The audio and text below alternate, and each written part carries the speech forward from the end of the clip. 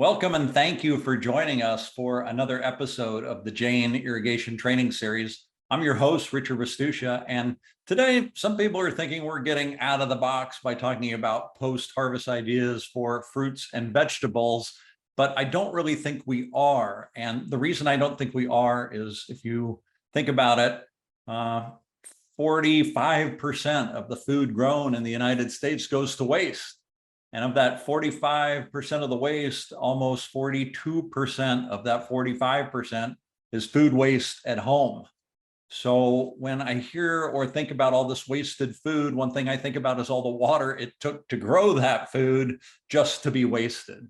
So when I think, how do I preserve the fruits and vegetables that I grow in my yard so that I can, number one, enjoy them all winter long, which is really important. But number two, save the water that went into them, so I'm not having to go buy additional fruits and vegetables. So that's why I thought that was so important today to talk about, right? Kind of bring some awareness to food waste, but more importantly, we're all putting a lot of effort into growing food in our yards these days. Agroscapes are a big buzzword. There's many companies now that are helping homeowners put in small farms into their yards. And so I think today, learning what we do with all that food is going to be really important. So helping us along with that is our guest today, DJ Caldwell. Now, DJ has been a regional sales manager for ET Water, Jane Irrigation since 2016. DJ's worked for contractors, he's worked for distributors and dealers, and he's also now worked for a manufacturer. And what that does for his customers is give him a really well-rounded view of what's happening in the irrigation world and in the food world. And if you've ever had any interactions with DJ, you will know that he really cares about his job. He really cares about his customers, and most importantly, that they are satisfied and loyal customers. It's really important to him. So anyway, I'm really excited to have DJ back on today. DJ, welcome, and thanks for joining us. Thanks, Richard. I appreciate you having me. Yeah. So DJ, how long have you been preserving fruits and vegetables? So we've only been doing it ourselves for the last 3 years. Before that, the stuff we got out of our garden, we'd give to my wife's grandmother, and she would do it for us. And it was one of those things. I just decided one day, I was like, man, I'm going to give this a try. And found out it's actually fairly easy and, kind of enjoyable at times too. Yeah, it's funny. Every time somebody would give me some preserved food from their garden, the first thing in back of my mind was, is this safe to eat, right? Did they do it properly? So before we get into all the hows to's on this, I just want to, blanket statement. Is this something really hard to do, or can you do this safely and be okay with it pretty easily? No, you can do it. You can definitely do it safely at home. I mean, it's not all that difficult. There's plenty of websites that have different recipes and everything else. And, if you follow those, especially for the proper amount of salt and vinegar or sugar that goes into it, you can really help preserve your vegetables, for long periods of time. I know on the jar manufacturers, when you buy jars, they say they'll last 18 months in the jar and on your shelf. I've done research where, it's starting to look like you can actually save it for more than, 24 months. Yeah. In a cooler area, we keep ours in our basement, but, we definitely, I think we just finished off some vegetables from, 2021 that we canned. So interesting. I'm really interested in learning how to do this. And DJ, I hope you don't mind, but I think what is really important about this photo on your opening slide here is I think this is your house. It is, yes. These are our technically 4 or 5 raised beds that we grow all of our food out of. Yeah, so this is really incredible. I love that you are actually practicing what you preach. Not everybody does that. You could easily have turf here, but you're growing food instead. And the other thing that I really want to point out is, do you get a lot of food just out of 5 beds? We do. This year alone, I would have to guess we've probably gotten maybe 20 jars of the different peppers, 35 to 40 jars of salsa, and another 10 jars of jelly that we've made just kind of throughout the year, just from these 4 or 5 beds. Yeah, I think that's a really interesting numbers, because I think what it really shows is it doesn't take very much space to really grow a lot of food. I couldn't imagine having to do this on 7 or 10 acres and try to keep up with it. Right, right. So that's interesting too. Now, one thing I want to ask about this too is how do you water these beds? How does that get done? Right. I have to touch on some irrigation, of course, but how do you get good yields here? How do you water it? You must have read my mind, because that's the first slide I had to talk about too. Really, it's very much, everything we do is point source, or a emitter line for all of our gardens, depending on what we're planting. Really this changes on a yearly basis depending on what seeds we put in. But over here on the left, you can see we have all of our pepper plants that are point source. And in the next 2 beds, you can see are kind of mixed. Here we have, green bean seeds that haven't started to sprout yet, and then some tomatoes in the far background that are point source. And then over here we have our cucumbers, point source, a little bit of lettuce, and then all of this is carrot seeds that haven't started to germinate yet. So, really we're trying to eliminate any extra waste, by evaporation or anything, by going directly with drip. Yeah. So help us out again, DJ. I love your setup here, but what is point source and what is emitter line? What's the difference between those two? Definitely. So point source is going to be this individual emitter. You can kind of see the gray on the tube here, and then there's another tube that runs out directly to the plant. That's going to be your point source emitter, where your emitter line is this brown tubing that I have in a loop here. Every 6 inches, there's an emitter. So this whole section of bed gets watered, where here you can kind of see the remnants where only around the plant is actually being watered on the peppers here. Interesting. Now I see some stakes on there to hold the tubing down. How do you get in there and work with your plants with all this tubing in your bed?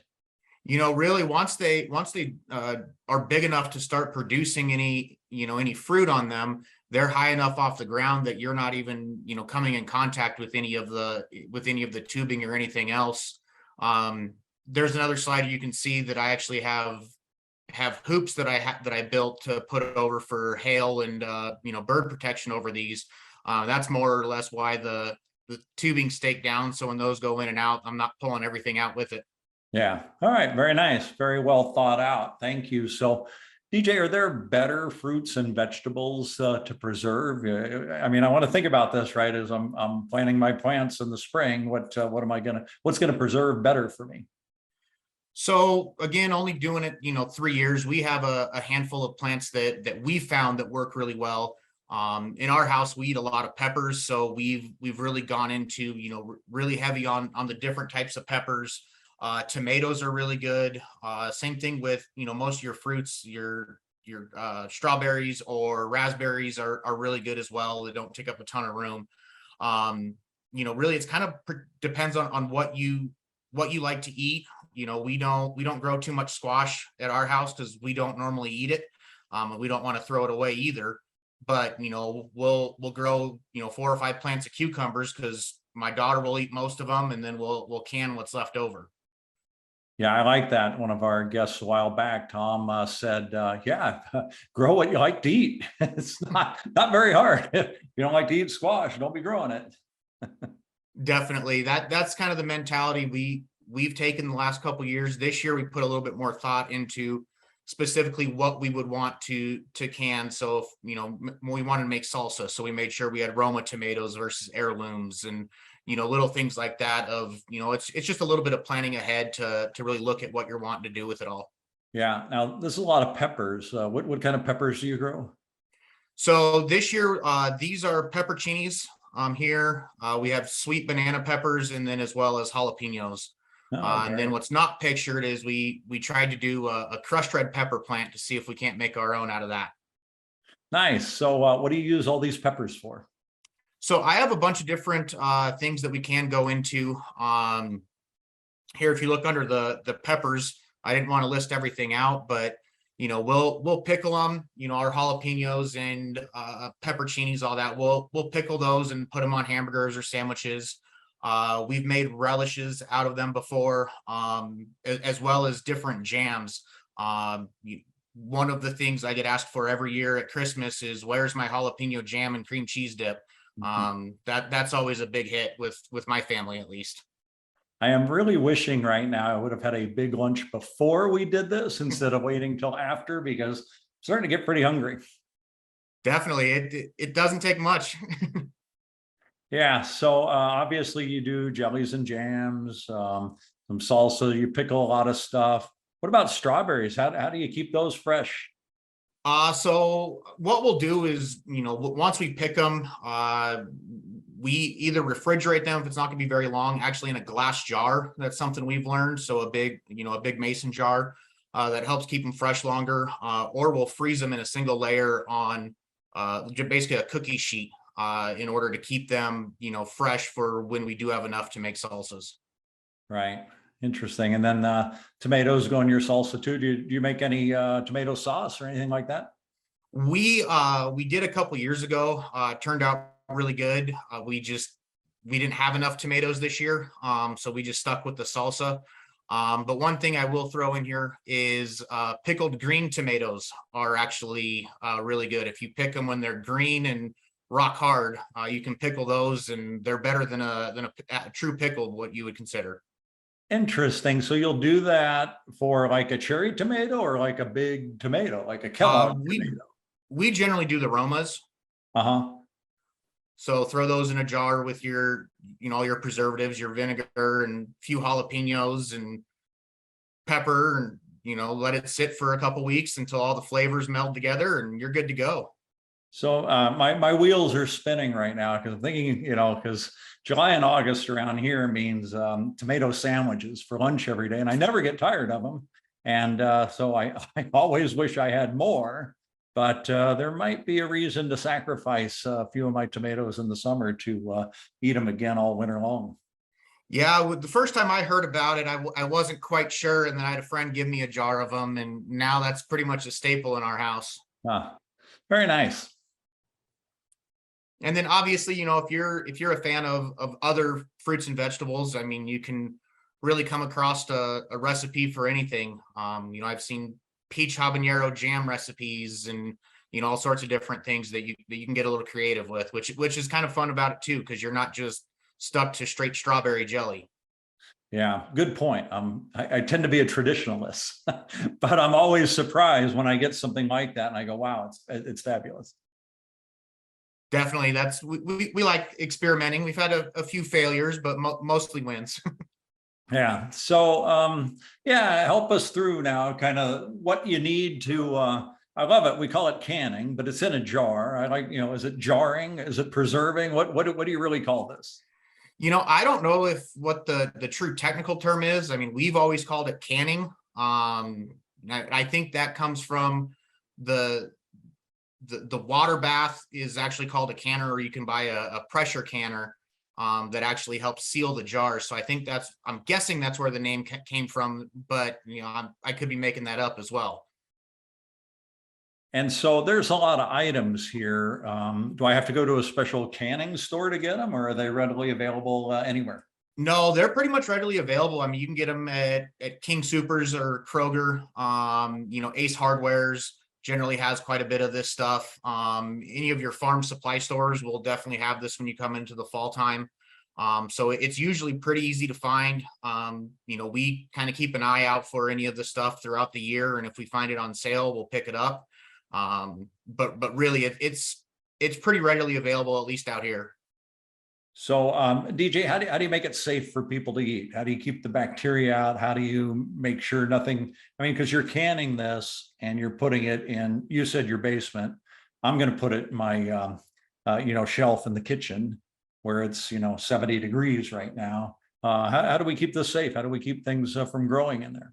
Definitely. So when you're buying the canning jars, they come with different lids and rings, and the lids actually will seal to the rim of the jar when you actually put them in the water bath, which is the way I do, or the pressure canner.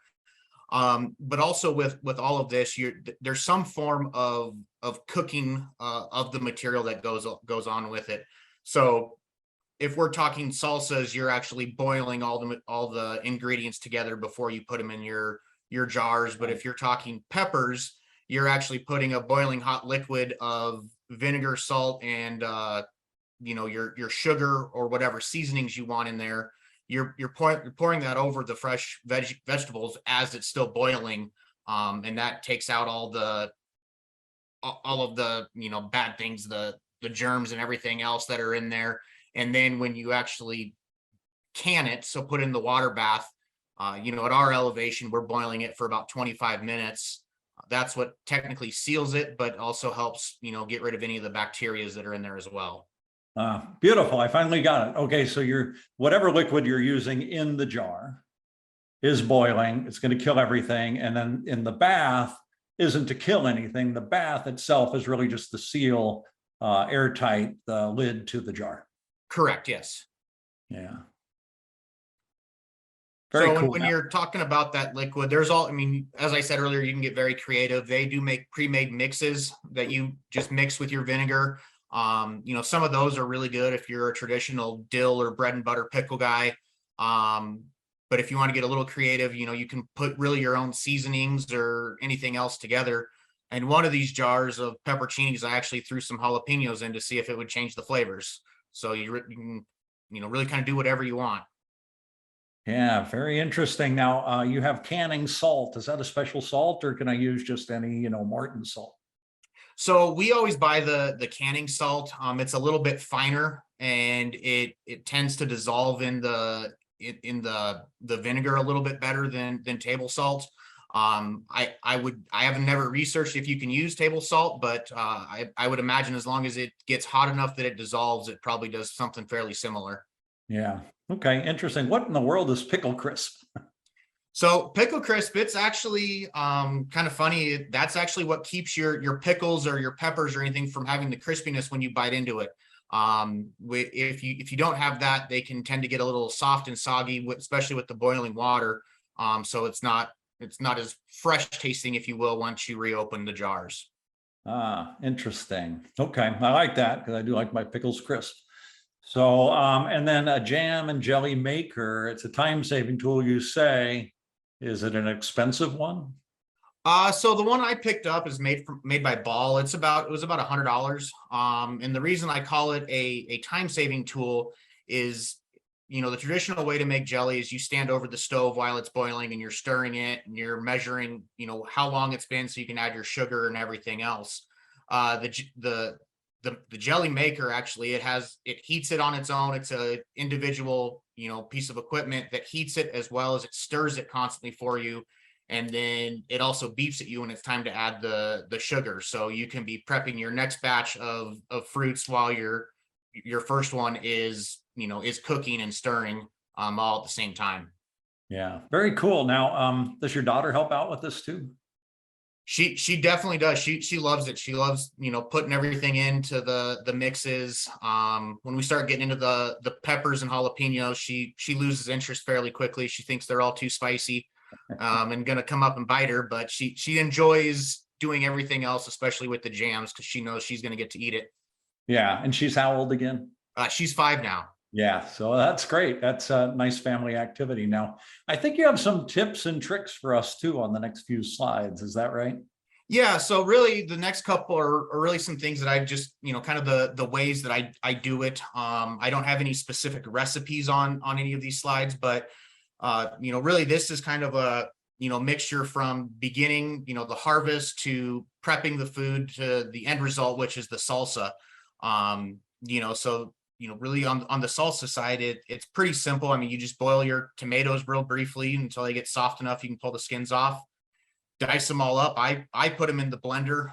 We like not so chunky salsa, so we'll put it in the blender with jalapenos, onion, a little bit of green bell pepper, and then you boil it and put it in your jars. Wow, I am I know what I'm having for lunch now. So and then again, you're lidding these, you're putting them in the bath, and you're good to go. Yep, exactly. So instead of like the peppers I mentioned, you're pouring the hot liquid over, you're actually boiling your salsa, all your ingredients for about 30 minutes before you put it in the jars. Yeah. So, and then you mentioned you don't have recipes, but it looks like about maybe a 4-to-1 tomatoes to jalapenos. Yeah, roughly 4-to-1 for the tomatoes, jalapenos, and then I guess that'd be 8-to-1 if you're looking at for the onion. You don't use as much onion as it looks. This is just all sitting right on top. Yeah. Okay. Very nice. Can't wait to try it. And then next is the jalapeno jelly that I said everyone loves. So this in the middle is actually what the ball jelly maker. So this is actually the heating unit, and this spins and stirs it.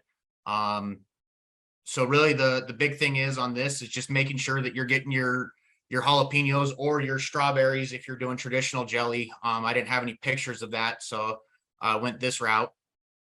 Just getting it chopped up as small as you prefer to eat it. Then you have your sugar and your pectin, which is actually the gelling unit that helps actually create the jelly once it cools. And then interesting, I didn't realize this, but you put just like a 1/4 of a teaspoon of butter in with this because it keeps everything from boiling over as it's cooking. Then after about 4 or 5 minutes, depending on the recipe, it's going to ask to add up the sugar, and then all that boils, and then you're ready to put it in your jars and get it in the water bath to seal it. Yeah. Very nice. And then so then you have to use some sort of chemical that makes it jelly-like. Yeah, so that's why I mentioned the name. It's pectin. Ball makes it, as well as some other brands. I think Kerr makes their own as well. But yeah, so it's actually, once it gets hot with the liquid, it actually creates the gelling process to happen. I'm not smart enough to know exactly what all causes that and makes it happen, but it works. Yeah, I don't think it's not smart enough, just haven't taken the time to look. Right? So, hey, so we have a viewer is asking, and I think on one of the previous slides you had like a grape tomato is what it looked like. Do you preserve those? How do you preserve those? We have never actually preserved the grape tomatoes. They don't last long enough in our house. But I have talked to some people that have actually put those in. If they don't have enough Roma tomatoes in their salsa or anything else, they'll actually substitute some of those in there, or in their picos. I've never done any of that, but I've heard that you can that, and it's just a substitute for if you're run low, basically. Yeah. Oh, very nice. Okay. And then canning isn't the only way to preserve your fruits and vegetables, right? You have some other things to show us? Yeah, so I mean, canning, we talk about pickling real quick. I mean, some people, depends on who you talk to, whether they like pickled foods or not. So I just say try it for yourself. I mean, I prefer having the bread and butter, actual pickles over just a plain cucumber. But I think that's up to every individual person on what they enjoy. Yeah, it's interesting. I don't really enjoy beets. And Devon and I were out to dinner the other night and we got pickled beets and they were fantastic. This is a reason to grow beets. There you go. Yeah. So I don't know if I'm going to try that, but good to know. Yeah. So certainly I know that a lot of times it can make a vegetable I don't like better. Definitely. And then just one kind of quick note here. This is actually the water bath canner that's pictured. So this is full of water and it just hasn't started boiling yet. But this is what you actually put in to seal all your jars. Okay, and it looks like you have something inside the pan also that keeps the jars off the bottom of the pan. Yes, exactly. So when they're boiling, they're not tipping over or potentially even breaking the glass jars. Ah, okay.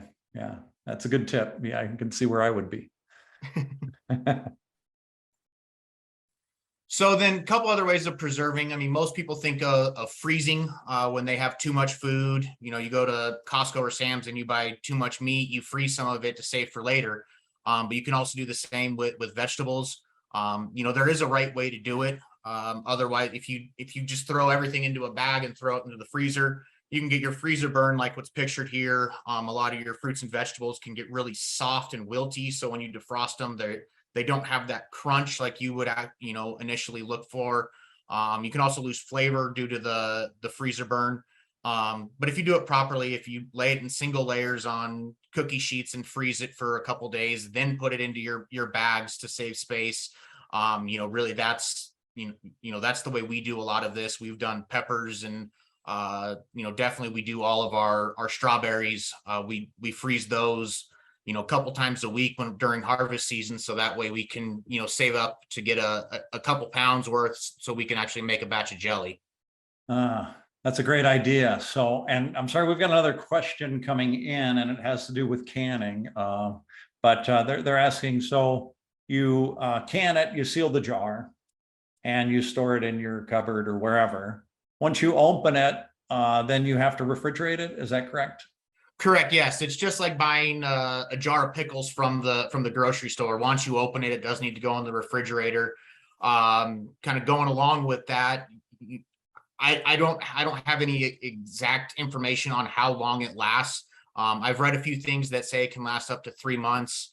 I don't think we've ever had anything go bad, but I don't know if we've had anything in our fridge longer than 3 months either. So I would definitely say if you're looking, if it's questionable, try to do your research and find out what the experts are saying is actually a good amount of time. Yeah. Very nice. Yeah. The homegrown vegetables do not stick around long. That's a great point. So any other ways that you like to preserve? Yeah, so there's an option called salting. Definitely do this on your vegetables. There's a couple different ways you can do this. Is dry salting, which is a picture here. Basically, you cover everything in salt, and it soaks all the moisture from the inside out. So it helps them last a lot longer. It actually also keeps them crunchy while you're cooking with them.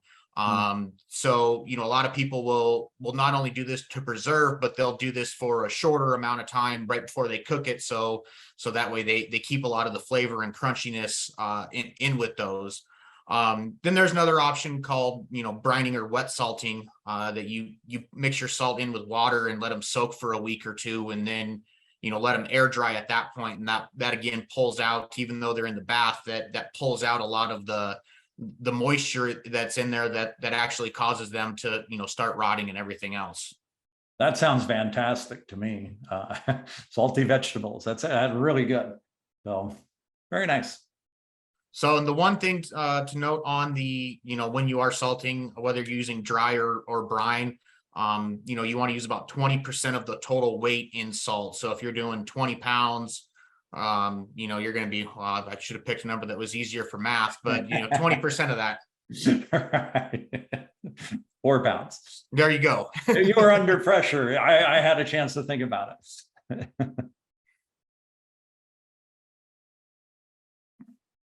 But yeah, and then here's just kind of a picture of of one shelf in our cabinet downstairs that this is taken just a couple days ago. Pretty much full of all of our salsas and vegetables that we're ready to either share. It's great. We give out salsa every year for Christmas, and you're ready to go for any holiday parties or anything else you're looking forward to. Yeah. Okay, great. So we have another question coming in, and the question is, does DJ use canning salt to salt his vegetables? I have only used table salt, but I have only done it to pre-cooking. I have never gone through the full week-long process of brining and everything else to actually do it. But when I have done it for a day prior to cooking the vegetables, I've just used regular table salt in that instance. Yeah. And then how about when you're salting your vegetables? Does it matter regular salt or canning salt? That I'm not 100% sure on. Okay. Okay. Fair enough. So DJ, this looks fantastic. I think this was the timing on this for the seasonality of where we are in our season is perfect. I know I'm going to spend a little extra time in the next few weekends canning and preserving and seeing what I can come up with. Even if maybe I even try it with a few vegetables that I didn't grow myself. So Anyway, DJ, if people have more questions about canning or preserving or irrigation or growing a cool looking garden in their front yard that grows food instead of something else, can they contact you? Definitely. I just put up a slide with my email and phone number on it. Definitely reach out. More than happy to share whatever information I do have, or definitely try to point you in the right direction of different areas I've learned from. Yeah, well, that's great. That's really generous. And let me tell you, DJ means it. So if you have some questions, please reach out to him. I know he'd love to help. And DJ, thanks for helping us today. This was really interesting. And I know a lot more about preserving and canning now than I did a half hour ago. So this was just great. For those of you watching, I want to say thanks so much for spending a little bit of your day with us. We really appreciate that. We hope that we're bringing good content and interesting content to you a couple times every week. And remember, you can see all 200 plus of our trainings at our janeirrigation.com/trainings page, or wherever you listen to your favorite podcasts. I love that there are people out there working, listening, educating themselves, trying to be more sustainable, trying to promote conservation. Really is exciting and gives us a lot of hope when we hear that. So again, DJ, thanks very much. I really appreciate it today. Thank you, Richard. Okay, bye everybody.